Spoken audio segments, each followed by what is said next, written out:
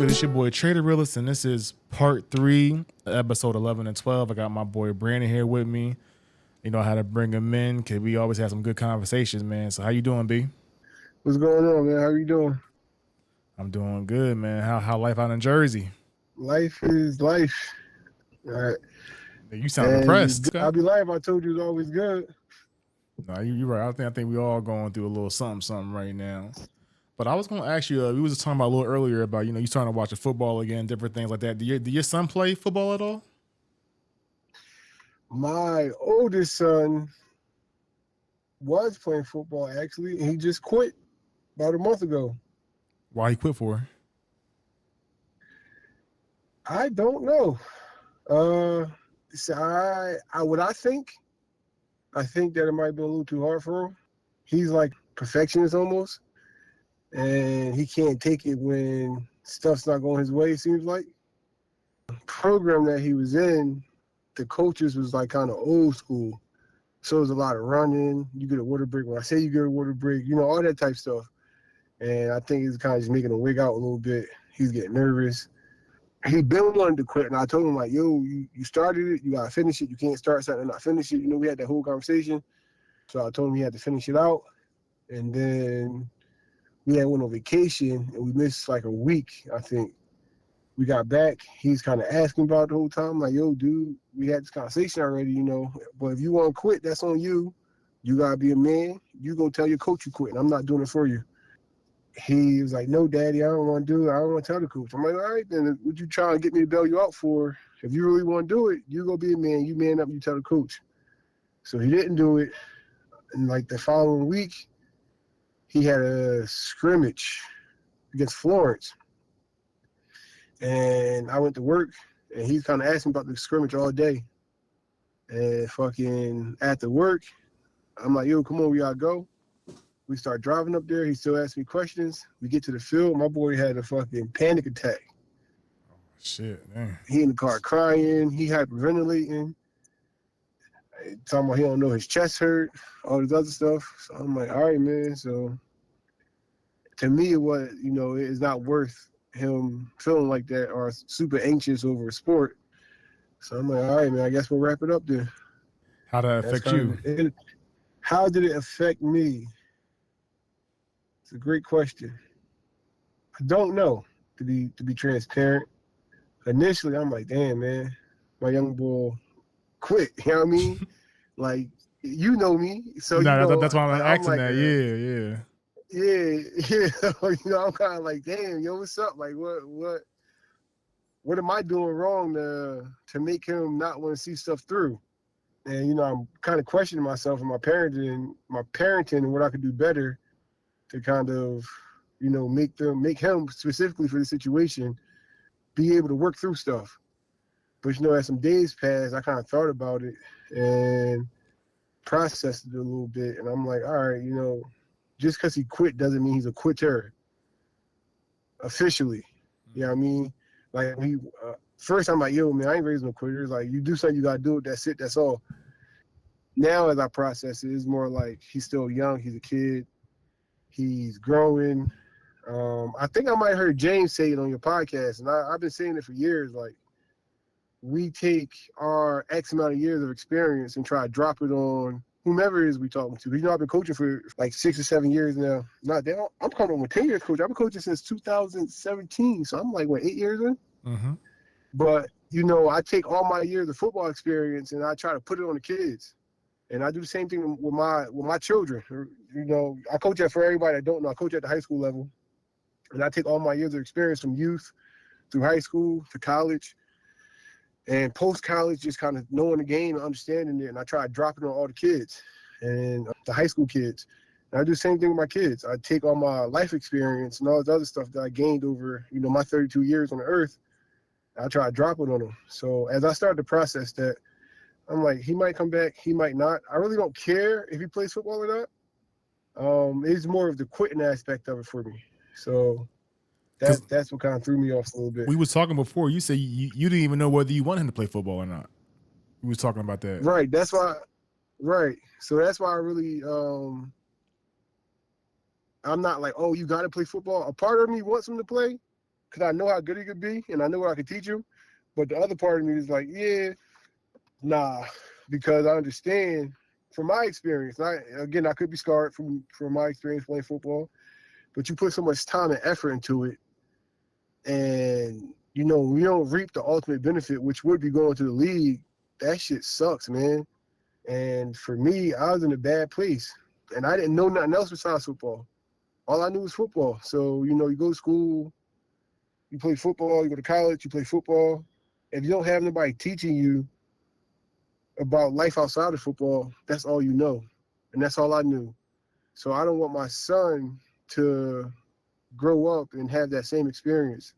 Like, you know, I'm talking you missing family vacations. You make so many sacrifices to play. Like when you're in high school, your friends be out partying, even college. People be out partying, they be working, people be making money, and you in training camp, you practicing, you in the weight room, you training year round.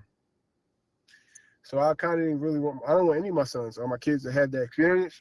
I do also, I think it builds character, but that's why I'm like, yeah, I don't care. Like, dude, if you do it, you're gonna be all in. If not, it is what it is.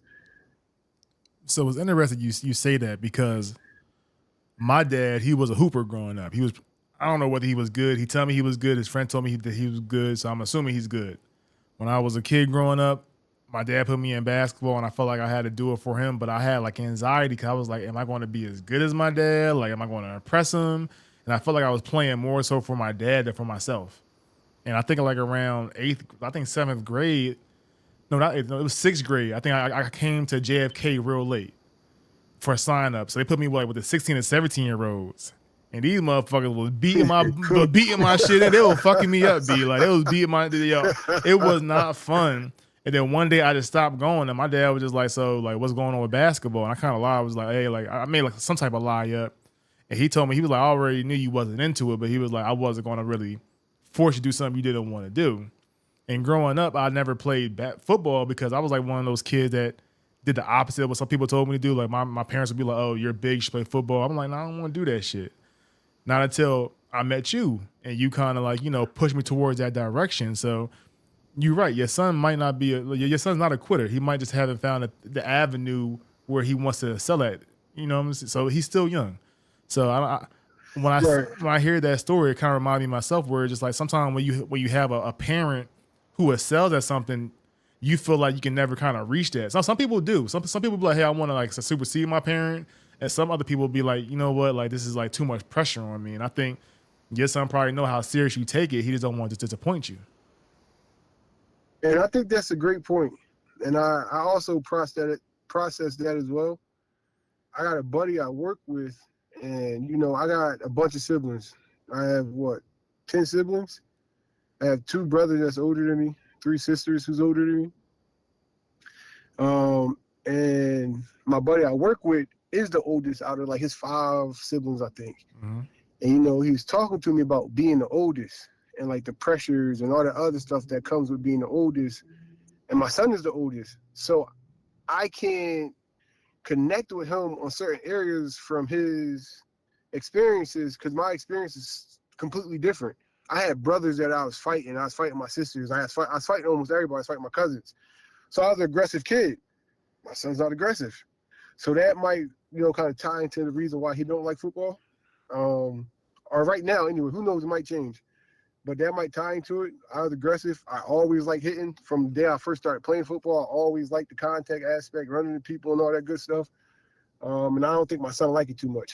And the program that he's in was very much that. Because last year he said he had fun playing. And I think it was specifically the program. They're kind of hard-nosed and old school. And I think it just wasn't for him right now. But I think him being the oldest plays a part as well. Like he's not used to certain things. And my kids are kind of coddled, right? He was definitely coddled being the oldest, the first kid. You know, I had my expectations of what I wanted from my kid and all this other stuff. So he was definitely kind of baby for the longest out of any of my kids. Mm. What grade are you in now? He's in fourth. Is he in fourth? No, he in fifth grade. Dang. Oh That boy in yeah, fifth grade. he's still a pup. He's still growing. I think when he Yeah, meets he only his 10. I don't know. He have a friend group or not now. I don't know. I don't know. But I feel like when I A bunch of started, hmm? They're a bunch of no, what? go ahead. No, I'm about to No. say, I'm about to say, I said when I started like hanging around like you, KG, Jamani, and Matt Dash, that kind of changed me. Like, I think you are who you hang around. You know what I'm saying? So Right. sometimes, 100%. when you might be around a certain group of people, where like elementary school, I was like around a bunch of nerds and like we played Yu-Gi-Oh, Pokemon, shit like that. I mean, I don't know whether y'all did that, but that was the time I was on. And then when I got to middle school and I started like enjoying football, started enjoying the being around you guys, I was like, damn, I really want to be part of this ecosystem. And sometimes it just takes time Right. because, like I said, Yeah. I definitely grew to understand that, man. And I think a lot of men anyway, like, yeah, my son gonna be this, my son gonna be that. And I kind of fall in that category sometimes at times. You know, you have this expectation, like my son gonna be at a dog, my son gonna be him at whatever it is that you might see your son doing that. And I'm learning that that's not always the case. That doesn't mean that my son, isn't going to be great, but it just might not be. He might not be great in what I want or expect him to be great in. most definitely, because I have a nephew named Avery. He don't play no. He plays soccer for a little bit, but my dad be like, man, I don't know why he ain't playing no sports. And I'm just like, I mean, he like playing music. He like playing the piano and drums. That's his thing. I said we can't force him to be an athlete. Like if he, like what if he become one of the biggest musical artists of all time? Like I think he started getting into production and beat making and things like that. And I think that's pretty cool when you can actually excel in a certain thing. And I think it's important for parents to find out what your kids are passionate about. It's amazing for kids to excel at what they like. Mm-hmm. Like, and I hear people say it all the time. Like, oh, the black culture push sports, and that's their way out. And from my experience, that's the truth. You know what I mean? Like I told you earlier, I didn't know nothing outside of football. So I think I told you the story before. Going to college, I remember I took my first economics class, and this girl was like, "I took economics in high school." I'm like, I don't even know what economics is. Mm. And that was just a big eye opener for me because I'm like, yo, certain cultures are experiencing stuff way sooner than our culture, and it's just, I guess you say it's sad, but when I recognize that, and I start hearing people say like, oh, the black culture, their way out is sports. I can agree with it from my own personal experience. And my dad never pushed me to play sports, but everybody was like, oh, I'm gonna make it to the league. I'm gonna do this. Everybody I knew anyway, I'm gonna do this. Me and Matt used to be like, yo, league, or Plan B. Yeah. You know what I mean? So Yeah. that was like all we knew. And I'm more of an advocate for pushing my kids to learn other things. Like my goal is to teach my kids as much as I can so they can find their own knack. So like right now, I talk to my kids about like engineering. Like I don't give them the basics like, oh, be a doctor, be a lawyer. I'm talking about like engineering, architectural stuff, STEM. HVAC, All these HVAC and stuff like yeah, that. right. Well, I wouldn't want my kids being HVAC, but they do make good money. I'm not knocking them, nothing like that. But my thing is, for my kids, what I would prefer them to do is something that's hands off, so they can enjoy their body. You're doing HVAC and stuff like that. You're pulling these machines apart, you're breaking them down. At a certain age, you just can't do it no more. Like what I do right now, I sit in the office all day. So at the age I'm at, I don't know, 10 years, my mind might change, but I can see myself doing this in my 60s. You see what I'm saying? Like people, the retirement age is what, 65? I can see myself doing this when I'm 65 because I'm not harming my body. If I want to get up and walk around, I get up and walk around. If I want to sit at the desk, I sit at the desk. So my goal for my kids is to have a similar experience where their careers, keep their body healthy as long as it can. What about your daughter? Are your daughters in any sports? My daughters are my son too. They all ran track in the spring. Mm-hmm. And right now the girls are in gymnastics and musical theater. That's They cool. were in hip hop dance. But the class that they was in, I don't think they had enough. No, matter of fact, the girls didn't like it. It was a different class they wanted to do. The girls didn't like hip hop dance, which again, I was like, dang, y'all like hip hop dance? But They like musical theater, so they're in that, and then they're in gymnastics. So they got to stay active. So sports are important to stay active, but other than that, Now I was gonna say, so what if one of your daughters wanted to be like an athlete? Would you encourage that, or would you be like, nah, I don't think it's a right path? Like, say she want to be in the next Clarissa Shields or something like that. Who Clarissa Shields? You got The the best woman boxer in the world, the one like the GOAT. No. Why not? No. Because what if she, no pun intended, she got a too dog pretty in to there? fight. But what if she got that dog in there? You gonna hold her back? Yep. She got that dog in there. My daughter's too pretty to fight. Yeah, you don't think that's sexist though? You don't think that's sexist? Yo, people call me sexist all the time, bro. It don't bother you, huh? I think that no, it don't bother me. I think that everybody has a lane to be in. But what if she had the opportunity to be the best ever? If you could be the best at one thing, you'd be the best at anything, or something, not anything, but something else. Okay, I got you. You. I mean, if you could, in order to be the best, you have to have a certain drive and ability to push past hurdles, right? So if you could train and do all this extensive stuff to make yourself the best at any given sport, you can be the best in another sport. Okay. So, of course, certain genetic attributes, make somebody the greatest. But the best, we talking about the best, you can be the best at your sport. You might not be the greatest because certain, like I said, genetic attributes, like some people can't run the fucking 4.3. That's cool, right? Some people not running a 45 seconds in the 400 or 43 seconds, whatever the world record is. That's genetics. But can you be the best? Yeah, sure you can. You might not get to 43, you might get to 45, 46 or something like that. And that's perfectly fine. Do you see any of your parents and your kids? My parents or myself? Your parents. No. What about you? I see some of my tendencies coming out on my kids at certain points. Yes. So are these good tendencies or bad tendencies? I think a combination of both. Everybody call me angry. I'm the angry black man. And all that other shit. Angry? So, is that what they call you? And so, I'll be seeing that shit come out in my kids sometimes. They be angry and pissed off.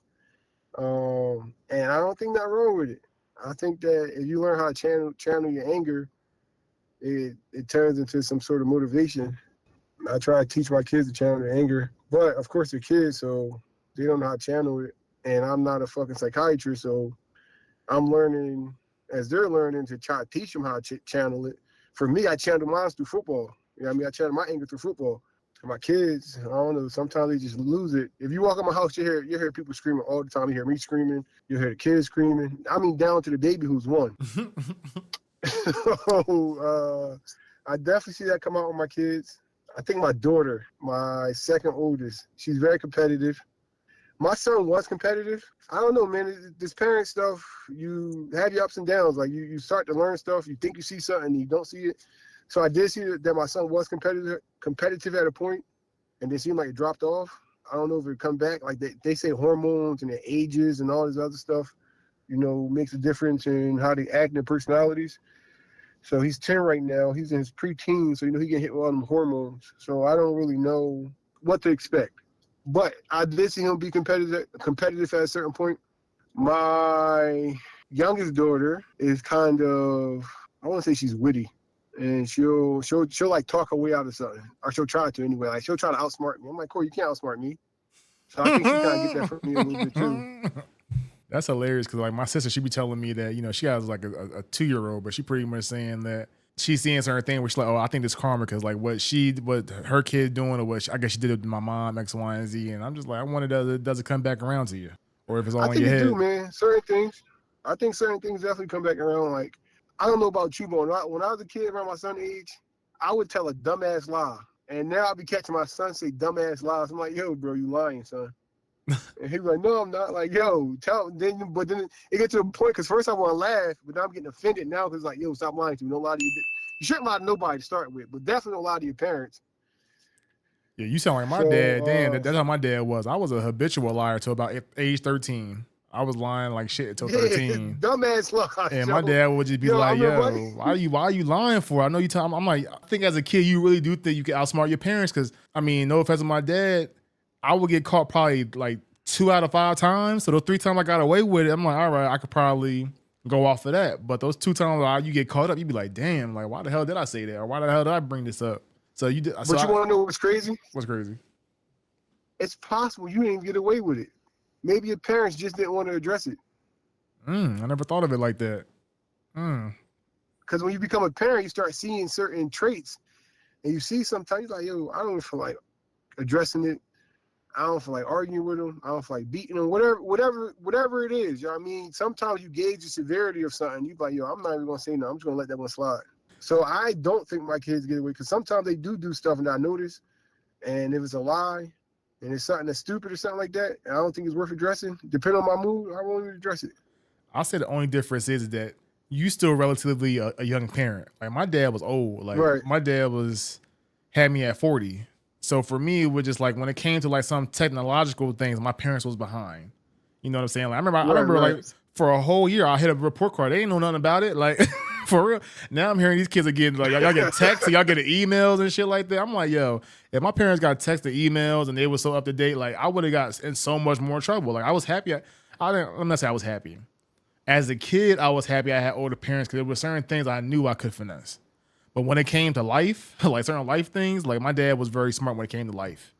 And he would be like, nah, that's a dumbass response. But when it came to like, hey, the computer technology, I was finessing a lot of shit. That's why I feel bad for these kids now, because y'all have all these cameras, ring lights and shit all over the place. These kids would get caught up. Like these kids can't do nothing nowadays.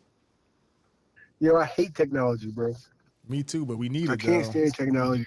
You think we need it? I think we're better off and that, it seems like every generation say the same shit. But like our generation was cool, yo. I think our generation was cool. I personally These think so kids too. now, they're so in tune with electronics, they forget what reality is. And like my kids specifically, the older 3, I got 5. So my older 3 are very much like my iPad, my phone. And if I go back in time, I wouldn't give them none of that shit. Like my youngest 2, I just told my wife yesterday, maybe, I'm like, yo, they not getting one until they like 10. And she's like, yo, that's OD. Yo, the mom always advocate for the kids, yo. The mom always do that. Yeah, the electronics, bro, I just really don't. I think they take away from a lot. I think they teach the kids the wrong stuff. They have too much access to information. Mm-hmm. If you're not constantly monitoring it, it's a horrible thing. Like I try not to allow my kids on YouTube. If I hear them, my kids definitely not on social media. I don't plan on letting them on social media neither. So maybe hold on. Like now, okay. I'm about to say ever. We said 16, 17. All right, that makes sense. I mean, at a certain point, what I say is not going to matter to them, right? Like we've all been there as kids when our parents would say something. It's like, whatever, I'm gonna do it anyway. Mm-hmm. So I know eventually my kids get to that point. I'd be naive and stupid to think that they won't. So, but in my head, I'm like 16, 17. I'll be cool with them having social media. Maybe I can't even say cool, but I'll allow them to have social media. Social media is full of shit, man. I go through my phases where I just delete it off my phone for like months at a time. Do you think you're ready for high school challenges yet right now, B? Or are you No, just you're not absolutely ready for? not. That's hell when they. No. Well, actually, I think middle school when it get real. So, like, I ain't gonna lie, we was bad as hell middle school. We was bad as hell, yo. We were worse. I think I was worse in middle school than high school. High school, I was pretty well behaved. Out middle school, I ain't give a damn. I ain't care at all. Memorial, I love think it. in some aspects, our generation was worse than the ones that's under us. Like I was talking to my little brother one time. This is when he's in high school. He's in high school during COVID, and I'm like, yo, y'all just sitting on the computer all day? And he's like, yeah. I'm like, yo, if we had fucking COVID while we was in high school, we would have been wilding. Bro, like, who got the free? Who got this? Who got that? Yo, we would have been wilding. Yo, for real. I think we was like the last generation that actually had some type of freedom. Yeah, for sure. I don't know if it's freedom. I just think we had a level of curiosity to fucking be outside. Like these kids now, and then again, electronics, right? Mm-hmm. Like if we wanted to talk, we had to go hang out at the courts or something like that. Go do something. Like we had to go to each other's houses. These kids now can fucking log onto the game and do endless things through the game and still talk to their friends. We didn't have that. So we had to go outside and do stuff outside. We had to have like social interactions and that connection with other humans in person. The kids now can just do everything from home. They'll sit in a room and they'll just play on the games all day and talk to their friends, which is crazy. I force my kids outside, yo. So is our generation to blame for that? Cause we the one raising them. Yeah, 100%. Mm. 100%. It's one of the things that was like an unknown. Like where technology went, we didn't really have no understanding of what to expect and how it would impact kids. You asked one of our parents, like, what's screen time? They're like, what the fuck is screen time? Because they ain't have to worry about us sitting in front of the TV all day. Now we got to be concerned about kids sitting in front of the TV all day and not getting enough sunlight or being outside enough and doing shit that kids are supposed to do. So I try to limit my kids on their phone to a couple hours, like an hour or two on a day. The doctor said they're supposed to be on the phone for an hour. They're supposed to have an hour screen time, period. That includes TVs, phones, all this other shit. I'm more like strict. I'm strict on the phones than TV. I really don't care they watch TV. It's just the phones for me. The phones be frying me. Me and my dad was having a discussion. I was like, man, I said I think people from your generation was more healthier mentally and physically than we are now. He was like, but y'all living longer now. And I was like, are we living longer? But I said, I feel like with y'all dad, like y'all had to go outside. Y'all had to like actually like we was outside. They was really outside. We're having fun. They were really being Word up. social. You know what I'm saying? I think we were the last social generation. But like, I'm like, Dad, I said, my dad told me he never. My dad said they couldn't afford fast food. He was like, we got pizza like once every 5 years. He said we went out to the movies like once a year. That was like a luxury. He was like, people couldn't afford it. Right. He's like, we had to eat meals, we had to be together, we had to fellowship X, Y, and Z. Where I think, like you said, this whole social experiment where I think, especially media, is trying to divide all of us. I see it with adults. Like they put the whole Remy and Pat. Like you put some celebrity up there, you get so many different views, get so many division, and it's just like, yo, this is not what what should we be talking about. I go online every day and be like, yo, what the hell are these people talking about? Like these celebrities don't care about y'all. Half y'all, nobody care about what y'all saying. It's just like y'all need to stay in your own family and circle and keep it to yourselves. But I don't know. I think it's interesting. Yo, do you think? I don't know the statistic on this. That's what I'm gonna ask. Do you think that social media? Do you think divorce rates are higher now than what they were? I don't know, 30 years ago. Because of social media. Like, do you think social media? Motherfuckers wasn't married back then, Brandon. They were shacking up. Like I don't know. Everybody that I know in my family that was together that I thought was married wasn't married. These mothers were just shacking up. And I think back in the day it was more of a shack up era. Like I don't know what you saw in my episode with James, and I was talking to him about how like I have an issue with my dad idolizing his grandfather because when we did like on my dad, I think 68th birthday, we did an ancestry for him, right? Like that was his birthday. He said he wanted us to do ancestry to go through his lineage, X, Y, and Z. We did that. I found out this my grandfather had multiple families. I thought that was like a secret. So I told my dad about it. He said, oh, I knew about that. I'm like, what? He was like, yeah. He was like, I mean, that was kind of the thing back in the day. He was like, the man came back home to the family. That's all that mattered. And I'm just like, oh, well, he wasn't marrying none of these families though. I was like, I understand he came back home, but as I keep looking deeper with my aunts and uncles and stuff like that, as I got like when I was a kid, I thought they was married. Then I found out in high school, none of them are married. But I think back in the day it was more so about perception. You know what I'm saying? Where I think now, I think the issue with our generation is that I think people have things that traumatized them when they was young and they almost portray it onto their kid and they almost force things out of nowhere because they don't want to deal with their past trauma. Like, how can I explain it? I know a lot of parents who change their parenting style because they didn't like how their parents raised them.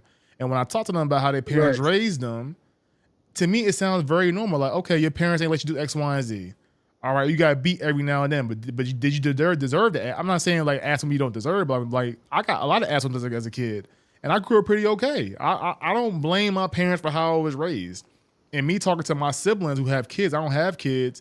They're more, how can I say, their method of discipline and how they raise kids are different than mine. And I thought we all was on the same page. So I started talking to them. They was like, nah, I don't like when mom and dad did that. Or I'm not doing that with my kids. And then later on, I'm seeing like, all right, you're not doing it with your kids, but now y'all kids are like retaliating in a different way. You know what I'm saying? Where back in the day, I feel Right. like even though you can say that, asthmas were bad and things like that, there still was a hierarchy where you respected your parents and your elders. Where I think nowadays these kids think they can try their parents. You know what I'm saying? Where it's like, oh, I could call CPS or I can, try to get my parent not to. Well, I ain't know about CPS as a kid. Like, let my ass touch a phone when I was a kid. I Bro, would have been I gone. will wear my kids the fuck out if one of them pull that fucking car with me. But these kids are doing that nowadays, and like you said, they have this access to like these to these iPads and stuff that tell them about this, and it's just like, yo, I understand giving these kids freedom, but like I like what you said, where it's like, no offense, if I have kids, I don't want my kids to have freedom until about 15, 16. Like that's when you start getting some freedom. What you need freedom at Bro, 11 for? kids, that's a fact. Yo, kids deserve ass whippings. For real? Yeah, Real rap. yeah. You know what I mean? And they deserve ass whippings and they don't deserve to be free because they're gonna make kid mistakes. People can say whatever the fuck they want, like, oh, let the kid learn this and that until some wild shit happened, and then it's like, oh, then everybody acting like they don't know why it happened. Like, nah. Kids they have to have a level of discipline and not being able to do certain things. Like, that's the point of having parents. And I definitely think kids deserve to get their ass whipped. Now, I don't beat my kids a lot, but if they need it, I'm gonna whip their ass. Like that's Do just you it. have a But cutoff age? what, for beatings? I'm talking about just like you being like my dad told me around like 16, he was like, I'm not putting my hands on you no more. He was like, we want to find a different way. But he said, I can't Nah, keep putting my hands on you. nah. I don't know. Obviously, my kid's not 16 yet, right? Mm-hmm. But I don't. Right now, I don't think I would have a cutoff age. I mean, unless they're an adult, like they're on their own, paying for their own shit. But in my head right now, as long as you're under my roof and under my care, you abide by my rules. And if you violate them, it's a problem. And whatever that consequence is, it is. Like, I beat my daughter ass the other day. Do you talk to your wife about that? Like, is she okay with it? Does she support that, or are y'all kind of different on that? Nah, we be on the same page. Like I said, though, I don't beat my kids a lot. I normally beat my kids when some like the shit gotta kind of build up and kind of flow over. Mm-hmm. Like what I realized when I started having kids, yo, I remember when Brandon, he's my oldest, when Kelsey was pregnant with Brandon, I'm like, yo, I thought it was funny. Like, I'm gonna beat his ass when he fuck up. I'm gonna beat his ass, right? And I'm like laughing about it. I'm all immature. I'm like 20. I was 20 because he's born. I was 21. So when she was pregnant, I was 20. Just turned 21. I'm like, yo, beat his ass. Mad immature. Don't really know how to be a parent. And I'm like laughing about it because I used to get my ass beat as a kid, right? Mm-hmm. But once I had a kid, and I did beat Brandon. Let me not say I didn't beat him. I used to pop Brandon when he was young, like I'm talking 6, 7 months. I would pop him, not knowing how to parent. And as I matured as a parent, I'm like, yo, to beat your kids, you got to be angry. And I started like reflecting on how many ass whippings I used to get. And I was like, yo, my mom was mad as shit. Because when you beat your kids, you got to be in like an angry state to like beat. It's only been like once or twice where I hit one of my kids because of the principle of what they did. But any other time I hit them, I was mad at what they did. So I beat them based off me being angry of their actions. You know what I mean? And that's why I don't beat my kids a lot. Because sometimes I recognize, I'm like, yo, I only want to beat them because I'm mad. So I'm not going to beat them because it's like, that's abuse. You know what I mean? But So if they do some shit, how have you learned to kind of do other ways? Like, what other ways? What do you do now? I warn them. I beat Carter like 2 days ago. This first time I beat her with a belt. Any other time I would like a pop, pluck or something like that. Mm-hmm. But they're getting older now. And she was in the house wilding. She kept going. I'm like, Carter, stop. She kept going. Yo, Kelsey, I'm going to beat Carter ass. She kept going. Like an hour passed. She like just doing different things and shit. Mm-hmm. And then it got to the point, it's like, Carter, you know what? I'm going to beat your ass. And now I'm mad. At this point, I'm mad. Before I gave her all these warnings before. You see what I'm saying? Yeah. At this point, it's like, yo, you're completely disregarding what I'm saying, what I'm suggesting for you to do. And you want to do this and this and this. All right, now you get your ass beat. And I beat her ass with a belt. And then she went in her room. She laid down, told me to get in the shower. I had went somewhere, came back home, and she came and apologized to me. And that kind of fucked me up. Oh, wow. I'm about to say, damn, that's crazy. I was going to say this to that. I'm not saying it's a good thing, but the fact that you was an equal opportunist, because like my dad ain't beat my sisters. Like my oldest sister never got her ass whipped before. She was an angel. And actually, she only got like pops on her wrist. But me, golly, boy. Up and down the stairs, all type of shit, belts, all of that shit. So, but for me, but my dad told me he couldn't hit his daughter. He was like, that's something my wife had to do. He was like, I told my wife, like, I get it. you have to deal with the daughters. I deal with the boys. Like, I can't do this with the girls. I think he did discipline actually one time. He said he just couldn't take it. So what you saying is Because like, that shit hurts your heart, bro. That shit hurt you. When you hit your, like, I definitely give my daughters more chances than my son. Like Brandon, I probably got with Brandon at like the second time. I gave Carter mad chances before I actually beat her. See what I'm saying? Yeah. Brandon, it is like, nah, nigga. What? But he knows that though. That's why Carter will try it. You see what I'm saying? Yeah. Brandon knows, like, yo, if I keep violating, Daddy's gonna wild out. Carter is like, I will keep pushing Daddy buttons, so ain't no more to push. Brandon's like, yo, I'll push a couple buttons and I know it's over after that. Carter's gonna keep pushing them until ain't no more to be pushed. And it's like, all right, Carter, you're getting your ass beat. So Brandon I have more patience. Or I ain't gonna say more patience. I'm less inclined to hit my daughters than I am to hit my son. My other two sons are younger, so they don't get a lot of beatings like that. Like Braden is 3, and he's probably gonna start getting popped soon because he be wilding. But Brandon's the oldest, so he gets like the brunt of it. He knows. Okay, cause I remember when I was older, cause I ain't gonna lie, my dad used to OD. I remember one time I told my mom, I was like, you don't think like your husband was ODing? And she was like, no. I was like, what? I was like, yo, but I respected it because she stuck by her husband's side. I was like, nah, like he did what he thought was best. And I was like, all right, I guess gotta take that answer. But for me, it's just like when I see these adults who kind of complain about ass whoopings, they be like doctors, superintendents, like high people where it's just like, yo, like that ass whooping took you to the top. They Joe Jackson your ass. You went to the top, and I know it hurt your feelings, but sometimes I think this is what I personally believe. And my sister Shay probably gonna listen to us. I have a nephew, yo. He bad as hell, and I be telling my sister, I'm like, yo, if one day somebody gonna beat his ass, yo. And I think everybody need to get their ass beat one time. Personally, I know it might sound fucked up, but I think everybody need to be humbled one time so they can be like, you know what? Maybe I shouldn't talk this much. Maybe I should hold some of my words back. He got a smart mouth. I'd be like, yo, who's letting this kid be this smart with his mouth? And it'd be crazy because like my sisters and my brother-in-law love them to death. They're great parents, but they just like, yo, we don't want that for our kid. And I respect that. But I'm like, yo, somebody gonna give it to him somewhere down the line.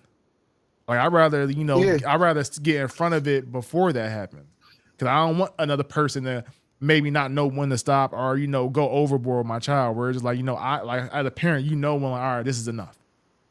Like I could probably console my kid back. You know what beating your kids teach them? What? There's a consequence for your actions. So if you is a shit talker and all this other shit, you talk lip to your parents or whomever the fuck else it is, and you not getting no consequence right away, like you just said, somebody gonna give you that consequence. And I think it's important to teach your kids that, yo, there's consequences for what you do. You can't just be out here doing shit and don't think nothing will happen to you, because something will happen to you one day. Mm-hmm. Because some of these kids aren't raised in a coddle environment. Some of these kids want to get out here and get active, yo. Yeah, my son got his first fight, was it last year? Year before last? Year before last, my son got his first fight. And I was tight too. But he said the young boy was talking shit. He's talking shit back. And I think he said the young boy pushed him or something like that, and he socked him. And then the young boy like scratching him up. The young boy scratched his face and shit. I told him, like, yo, the young boy talk shit. You talk shit back. You gotta be ready to fight. Ain't that like you can't just sit there and talk shit and don't think nothing will happen. Like, you gotta be ready to fight. Like, young boy shouldn't have scratched you up. The teacher should have been there to kind of intervene. But I told him, like, yo, that's life, bro. You gotta be prepared to fight. You can't sit. You can't talk shit and not be prepared to fight. Anytime I say something, even as an adult now, and that's why I don't get involved with a lot of shit. Like I'm not gonna say something that's out of my character to somebody because I know at the end of the day, if I say something crazy, I gotta be ready to fight. So if I do say something crazy to somebody, they better know that I'm ready to fight. I try to teach my son. I guess and my daughter the same thing. So when did you get that out of you, B? Because you was always ready to fight back in the day. When you started being like, When I it's had not worth kids, it. Oh, you had kids? Okay. when I had kids, man, you realize like for one, the older, yo, bro, I used to think I was a superhero, and it sounds crazy, but I really used to think nothing could happen to me. So when I got older and you start seeing people die and shit like that, my uncle told me one time, like, yo, Brandon, you always trying to fight somebody. You a big ass young boy. I would shoot you if you came at me in the bar or something. You wasn't my nephew. And that shit opened my eyes. I'm like, damn, for real? And that's when I was like 18, 19 or something. So as I started having kids, I'm like, damn, I can't be out here wilding. And again, I don't want people to think that I was one of the people that wilded out because I wasn't. But people that know me know I wouldn't lose my shit over something simple. Yeah, well, once I get annoyed, I'll be losing my shit. Mm-hmm. So once I realized, like, yo, people be out here dying over shit like that, and I start having kids, you kind of calm down. So now the only thing that could get me there at this point in my life is probably my wife. Or if I feel like somebody's like disrespecting my family, threatening or disrespecting my family, that's the only thing that could get me there now. But before I was a kid, or younger anyway, I just fucking blew up for anything. Something got on my nerves, I'm losing it. Like, get the fuck out of here. I know your dad recently passed away. Rest in peace to him, man. I do. I remember you calling me. I didn't really know what to even say when you called me that day. But I know, man, my fault. I didn't mean to corner you, bro, but I know you experienced it too. And so I just had questions. That's why I called you. I didn't want to corner you enough. No. I'm about to say you. It was so. No, it's not. It's not. It's so ironic. It's like that whole week I got like 3 different calls from 3 different friends about the same thing, bro. And for me, it was just like sometimes it's like, damn, I kind of felt bad 'cause I didn't really have an answer for you. Like the answer I gave you, was just like, damn, and I was like, damn, did I say the right thing? I don't know, but I don't want to get to that. But what I was trying to say is there any lessons he taught you that you are putting towards your kids now? Anything that he said that might happen that's probably coming up to you now that you be like, damn, like my dad was right about that. Yo, my dad was not a man that would teach you lessons. My dad was more of a dude that'd be like, go figure it out, and whatever happens, you learn from it. My dad never set me down and like schooled me, like, yo, this is what you need to do for this situation, or this and this and this. My dad would be like, all right. If I'm like, yo, daddy, I bet you I could, make it home before you going 120 miles an hour, he wouldn't stop me. He'd be like, all right, I bet I still beat you. And he'll let me have that experience of my own to see what it was like. And that was like a legit thing. Like one time we was coming from Philly, I think. And I'm like, yo, daddy, I'm gonna beat you home. He's like, all right. I'm balling down 130, jumping in and out of lanes. I'm probably doing like 95 and 130, bro. Over there by the I get over there by the center Memphis and shit. I'm jumping in and out of lanes, left lane, right lane, middle lane. He stayed in the fast lane the whole way and still beat me. So my dad taught us lessons by doing shit like that. Like he'll say something, yo, don't do that. It wouldn't be, yo, you better not do that. Just like he'll suggest it. He wouldn't tell you not to do it. He'll just suggest, like, nah, daddy, I got it. And then exactly what he told you not to do would happen. Another example, he's coming from Georgia. I'm in Virginia. My dad's like, yo, you better slow down. Again, dumb young boy. I'm doing like a buck. In Virginia, my dad's like, yo, you better slow down. Nah, I'm cool. I got it. 5 minutes later, I get a ticket, $380. You know what I mean? So that was my experience with my dad as far as lessons. He wasn't a big talker. He wouldn't talk to you about lessons. He's more of a person that would have shown you. Mm-hmm. Okay. I don't know. I don't think you That answer your remember. question? Yeah, I don't think you remember talking about you speeding and shit. Remember the time you Kyle and me was supposed to race? I let y'all asses go 130. I was like, yo, y'all going too fast for me, bro. Y'all like, let's race down 130. Y'all just left, and I was just like, you know what? I ain't getting no ticket for these niggas. I just started Man, cruising after stupid. that. I started cruising afterwards. But yo, what you just said, I remember y'all was going down 130, going in and out of lanes. I was like, damn, these boys going crazy out this motherfucker. But Man, stupid. You did the right thing, bro. You did the right thing. Fuck them remember, niggas. I'm making the fuck home. remember the time me, you, and Matt was egging houses and shit. Yeah, go faster, I was like, bro, this is the fastest I'm going. Like, you driving too slow. I was like, bro, I don't know how to go no faster. Y'all picked the slowest dude to be the getaway driver. Yo, good times, man. Good times. But no, I'm about to say, but I do think life is like a full circle, and I think your kids going to try you. That's what my dad told me. He said, yo, your kids is going to try you. Your kids will try you, and it's your job just to make sure you just be like I don't know, I want to say like a reassurance, but like make sure you catch them when they fall. You know what I'm saying? Like my dad, he wasn't a teacher either, and I don't really think he was even a doer too much, but he was a person that if I did have questions, he would answer me honestly, and sometimes it would be answered that I wasn't ready for. But I always knew that my dad always was honest with me when it came to like some of my serious questions, and that's what I respected about him. Or, yeah, I never really had no. You know what's crazy, bro? Before my dad died, I finally started to get to the point where I'm like, yo, like I had specific questions to ask my dad.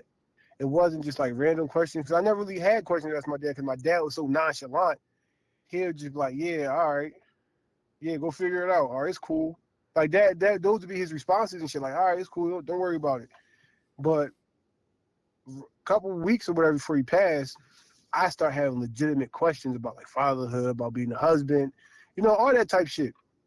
Mm-hmm. And unfortunately for me, I never got to ask him. That's how it's so funny. Not so funny you said it. It's crazy you say that because before my mom passed away, I was asking her so many questions, and I would hate that she would always be like, ask Jehovah. Like she was Jehovah Witness. She's like, ask Jehovah, ask Jehovah. I'm like, I'm asking you. Like, why you keep telling me ask Jehovah? And I remember she told me before she passed away, she was like, yeah, she's like, would you be mad if I don't go to your wedding? I said, what you mean? Would I be mad? And I'm thinking she's talking about more so the witness thing, but I think she kind of knew her time was Right. coming. You know what I'm saying? That I look back on it. And she was just like, yeah, she was like, would you be mad if I didn't go to your wedding? I said, well, why wouldn't you go to my wedding? And she was like, because I'm a witness. I'm like, well, you just went to my cousin's wedding last week.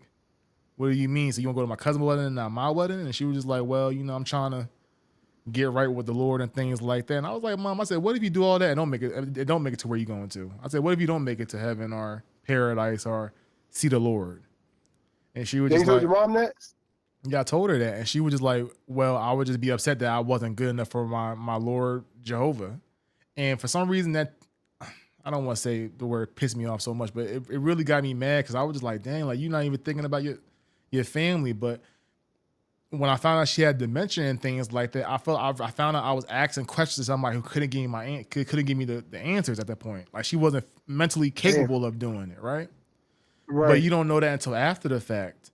So now I ask my dad so many questions, and my sister be like, "Yo, you really talk to dad about this X, Y, and Z?" I tell dad about my girl experience. I tell him like talk about everything on my dad, and it's so crazy that he is like really my friend now. Like I feel like when I was younger, it was like, all right, he's my dad, and that's it. But now he like really like one of my boys, where it's like I talk to him about everything, and like I don't hold nothing back, and I be That's asking him for advice on certain things. He be giving me like some real advice. A lot of the stuff I don't. A lot of the stuff would be about my mom, and I can't really take it sometimes. But I'm just happy the fact that I'm able to get a real answer from him because at the time when I really wanted to talk to my right. mom, she wasn't mentally able to give it to me. I think she probably would have gave it to me if her mom was right. But I think at that time, I think she was telling me subliminally, like, yo, like my time has come to, I can't really, like, I'm just trying to get to a place where I can find peace. You know what I mean? So Right. it's definitely hard when it's like you try to find answers. And my sister still be like, oh, well, our relationship isn't the same as yours with dad. I'm like, well, how about you try asking him about some of these questions? Because like my dad, I didn't know how cool he was until I reached 30. Like when I reached 30, I'm like, oh, my dad actually is pretty dope. Back in the day, I was like, oh, my dad just, he just him. I thought he had like a cool stoic vibe about him. I never really thought he was like a cool person to talk to, but like he legit like my best friend now. And that's experience with my mom is making me force conversations with my dad where it's just like, why do you idolize your dad? Why do you why do you think this is okay? Where it's like back when I was a kid, I was scared to ask a question. One, I was scared I would have got smacked. You know what I'm saying? But my dad be like, nah, like let's sit down and talk about it. Sometimes I can't take the answers.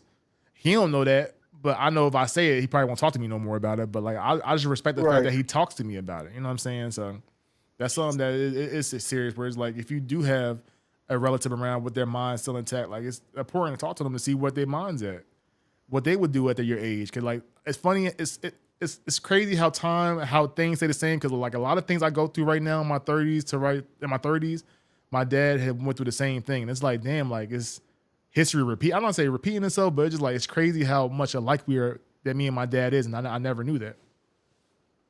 He went through the same thing in his 30s, or just throughout his life. Like when I was 28, I had a real bad back injury. My dad had a back injury at 28 too. When it comes to some of the Damn. when it comes to some of my woman situations I went through, you know what I'm saying? I talked to my dad about it. My dad went through those same kind of things too. And it's just like, it's interesting just hearing his perspective. Cause me, I kind of feel I feel like I'm like how your oldest son is, where it's like, my issue is that I'm an asshole, right? But I'm also my mom as well. So that conflicts with my assholism. You know what I'm saying? So it's just like, I'm an asshole, Right. but I'm also like, I also am very empathetic and sympathetic. So it was like, my initial thought be a fucked up thought. Then I'd be like, yo, Cherry, why you thinking like that? Where my dad, like, he is just one way. You know what I'm saying? So when I talk to him, I'd be like, damn, like, you really just did it like that. And for me, I respect the fact where it's like I know where I get certain parts of myself from. You know what I'm saying? Whereas like I feel like when you were a kid growing up, you'd be like, yo, why do I feel this way? Like why do I act this certain way? When you realize like, yo, we are products of our parents. And my dad told me, he was like, yo, your mom wasn't perfect. He was like, your mom did some things too that you don't know about. And you don't really start understanding it till you start getting more of a worldly view. And my dad used to tell me when I was younger, he's like, yo, he said, you don't have enough life experience yet. I ain't know that when Word I was up. a kid. That's a fact. You think you in high school doing all this stuff. You think you having a time where it's just like you haven't really experienced the world yet. And now that I'm talking to my dad, there's certain things that I still don't agree that he did, but I understand it as a man. Where it's just like, all right, I can understand where you're Right. coming from. You know what I'm saying? I think that's the biggest thing when it comes to kids. You just want to understand your parents. And I don't know if there's a way to help your kids understand you, yo, because again, they're kids, so that they have a limited knowledge of the world and how they see it.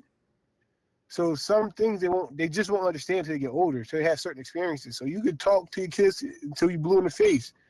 They really might not understand what you're saying or the reasoning behind something because they just can't process it. Mm-hmm. And hopefully me and anybody else that got kids, they're around their kids long enough to have those conversations and talk to them about stuff that when they're at the appropriate age to understand it. No, most deaf. I was about to say one last topic. B. Why people keep hating on Jalen Hurts for, man? You think he's a top 10 quarterback? Do I think Jalen Hurts is a top 10 quarterback? Of course I do. Why Dude, wouldn't I? I'm gonna ask you. You're a coach. A lot of people saying that real sports people know that hey, he's a good quarterback, but he's not one of the ones. So I just want to know what is your assessment of Jalen Hurts? I think he's a great quarterback. I think he knows how to win. Where, How where, can you where how would you can rank you him? classify somebody out of top 10? He It, might be it, it, hovering like it, as a true quarterback. As a true quarterback, mm-hmm. if we talking true quarterback, no, he's not a true quarterback, right? He's not what's the boy name? Joe Burrow. Mm-hmm. But in the NFL right now, he's 100% a top 10 quarterback. I'd probably put him at like 6 or something. I think people get confused with how can I say you can be the best athlete in the world, have all the mechanics, and still not know how to win. I Right. think winning is a special skill that only a select people know how to do. Like literally, they was having a bad game today, and somehow they pulled it off at the end. And he can Because continue to do this. he's a calm person. He can stay calm under pressure. That's what it seems like. I don't know the guy personally, but it seems like he's a calm person and he can control the game. That's what quarterbacks are for. And he wins at a high level too. Like people are like, oh, the tush push. Oh, he has Saquon Barkley. He has his bomb squad. Okay, what about Joe Burrow? Exactly. What about my boy Lamar Jackson? Like, what about all? You could sit here and keep running down a list of quarterbacks that has a great team, and none of them got to the promised land. You know what I mean? My boy Jalen Hurts, and Or when they he get got there, there, but they he's a winner. or when they get there, they lose. They get to these Yeah, playoffs like and I they don't. lose. Yo, it's been since we was kids. People's gonna find a way to hate on Philly regardless. Cause you remember when we was kids, first is y'all ain't got no Super Bowls. Y'all ain't got this. How many what James that? Tell James I said that. James should be name one. Yeah. Still nation. Nah, now we got Super Bowl. Now Jalen Hurts suck. You see what I'm saying? There's People always find a something. way to say something bad about the Eagles. I do think that Jalen Hurts is a good quarterback. He's not a Patrick Mahomes. You know what I mean? He's not a gunslinger, but he's a good quarterback that win games. I don't know how you can say that he's not. I don't know how anybody can say that he's not.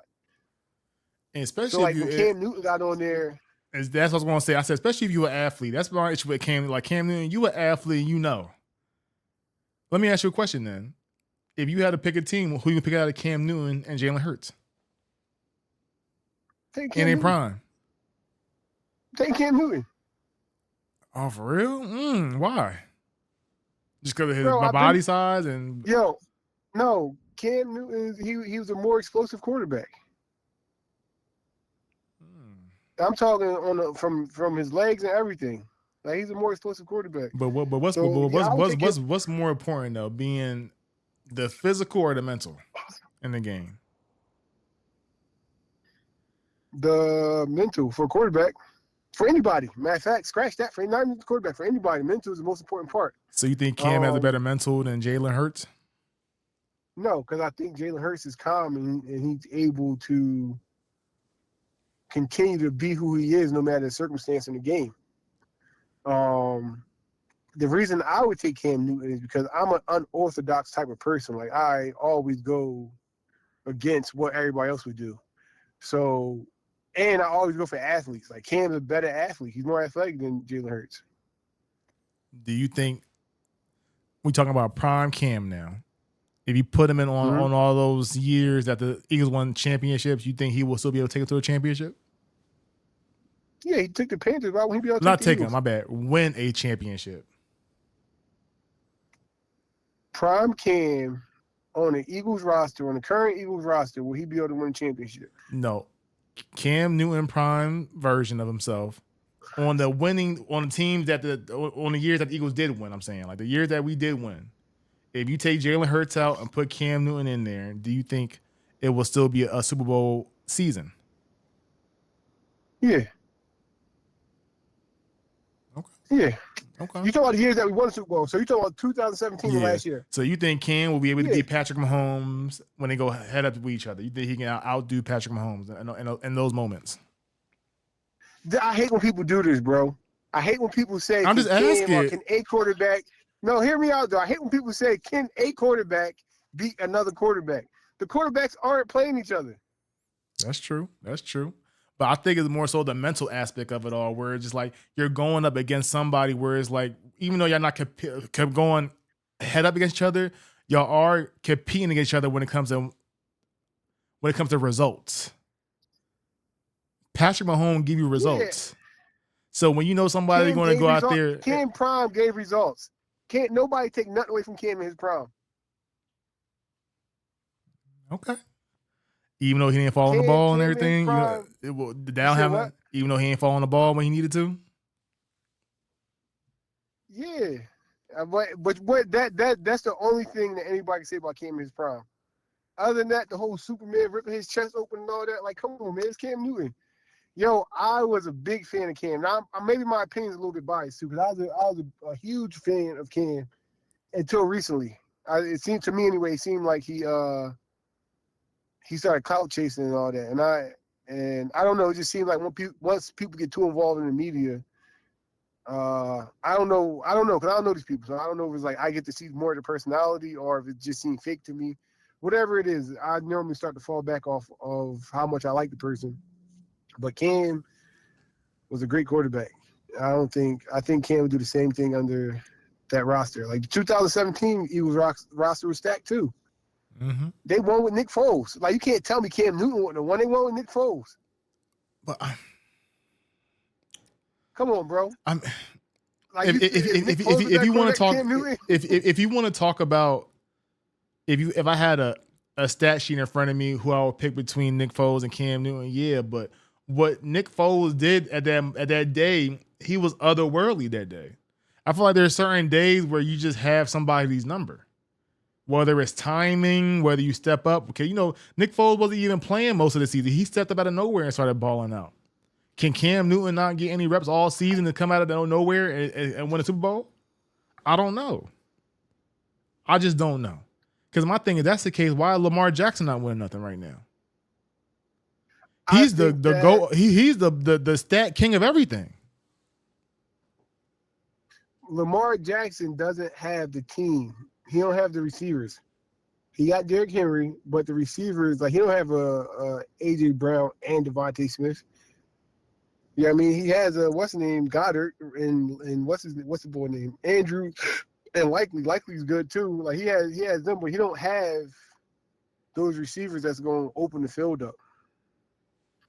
So AJ Brown, like the Ravens, in my opinion anyway, the Ravens receivers, it'd be like, all right, yeah,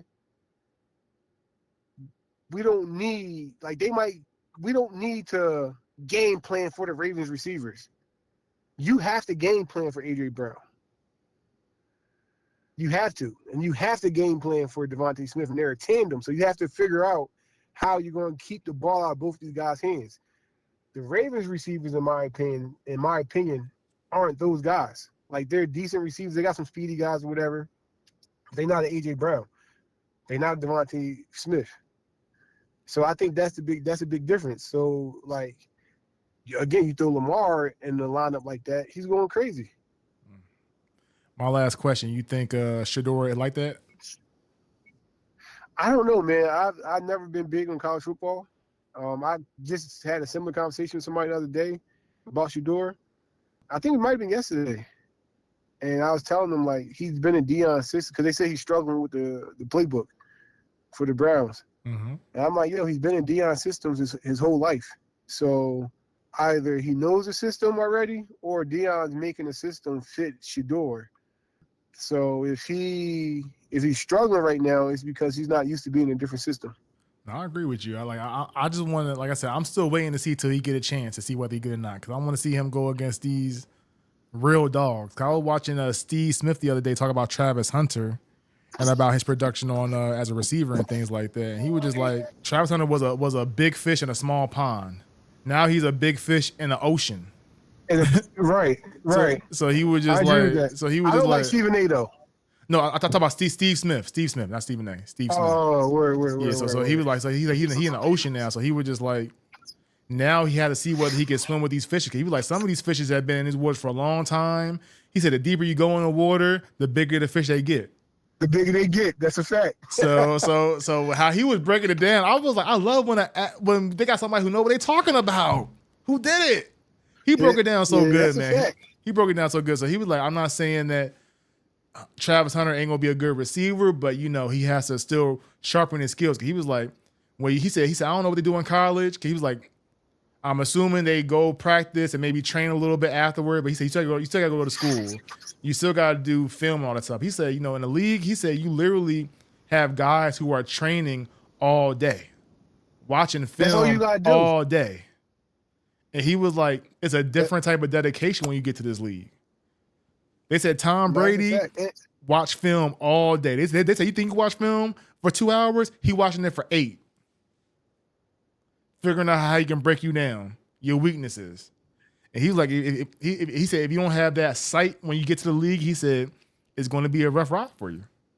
No, I definitely agree with that. And I never made it to the league, so I don't know what those guys experience, especially somebody of like a Steve Smith caliber or even Cam Newton, right? Like I definitely got a thing. Like I remember this might have been like 2015 or something, and some girl asked Cam Newton a question, and he was like, "You won't even understand what I'm gonna say because you never played football. You're a woman." And everybody's like, "Oh, Cam Newton's terrible. He's sexist. He's this." I'm like, "No, he's right. She's never played football, so how can she understand what he's saying? She can't." And I think it's the same thing for me or anybody else that chime in on professional anything. Like if you can't sit here and tell somebody about something who's done it, especially at a high level, and make the assumption that your opinion can outweigh theirs, because they played it, they done it at a high level, they've been good, and people just make up their own fucking opinions. And I don't think it like somebody called Stephen A out before too, like, yo, you never played sports. No, You was a JV player at best. He said you had 2 points all season.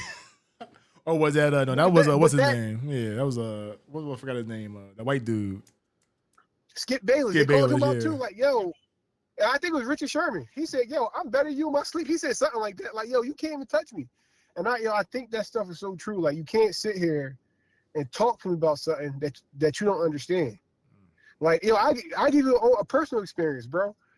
So when Braden, my 3-year-old, when he was born, I stopped coaching football. So I haven't coached football in 3 years. I kept coaching wrestling. I just got back into coaching football this year. The coach tell me that he want me to coach linebackers, right? And running backs. I'm like, hold up. You want me to coach running backs, bro? He's like, yeah. I'm like, yo, and I don't know this coach. This is my first time meeting him. I'm like, yo, to be transparent, I've never played running back, and I've never coached it. He's like, that's cool. I just need somebody to come here for support and da-da-da-da-da. And I bring that up to say, like, I can't sit here on my first year coaching running backs and try to act like I can coach these guys. I have to go do research and study and use my knowledge of football to help them be better at running back.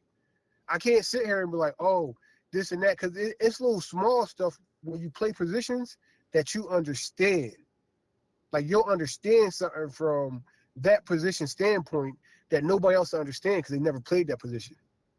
So when these guys go on TV and they start talking about sports, period, and they never played, that's crazy to me. Like, yo, you never even played, bro. You can't sit here and talk to me about how it feels when it's fucking 102 degrees outside and I ain't been off the field in fucking 15 minutes. I'm exhausted and I still gotta make a play. Like, you like, them guys can't comprehend or understand how people feel. They can't process the mental that goes behind it. Like, there's a lot that goes into that shit. They don't know what it felt like to be in training camp and you fucking there all day and you don't get to fucking leave and you doing 2-a-days and all this other shit and there's 100 some odd degrees outside. You going out there with you go in the locker room, you take your pads off, them joints are drenched in sweat. You might get in the shower, you might not. You go back, put the pads on, them joints still wet. Like, people don't understand that type of stuff. They don't understand the mental that goes into that to continue to be great at whatever it is that you're doing. So I don't like when the dudes start talking, man. I really don't. I agree with you, bro. But we're going to end it right there, B, man. I appreciate you. Any last words? Nah, I was going to try to get some inspirational words, but they ain't come to me quick enough, bro. I ain't got nothing that's inspirational. No, but I think what you listen said. Listen out for my boy Trey. He give good content, great content. I tap in every time. I appreciate you, bro. And sometimes, like I said, I think this whole conversation we had was very enlightening. I got a lot from it, so I appreciate you coming on. It's your boy Trey the Realist. Remember to love yours. Peace. Thank you for watching the video. If you like what you saw, please subscribe, like, comment, and share. We have similar videos above. For exclusive content, please follow our Patreon, which is patreon.com/BearviewMedia. See you next time. Peace.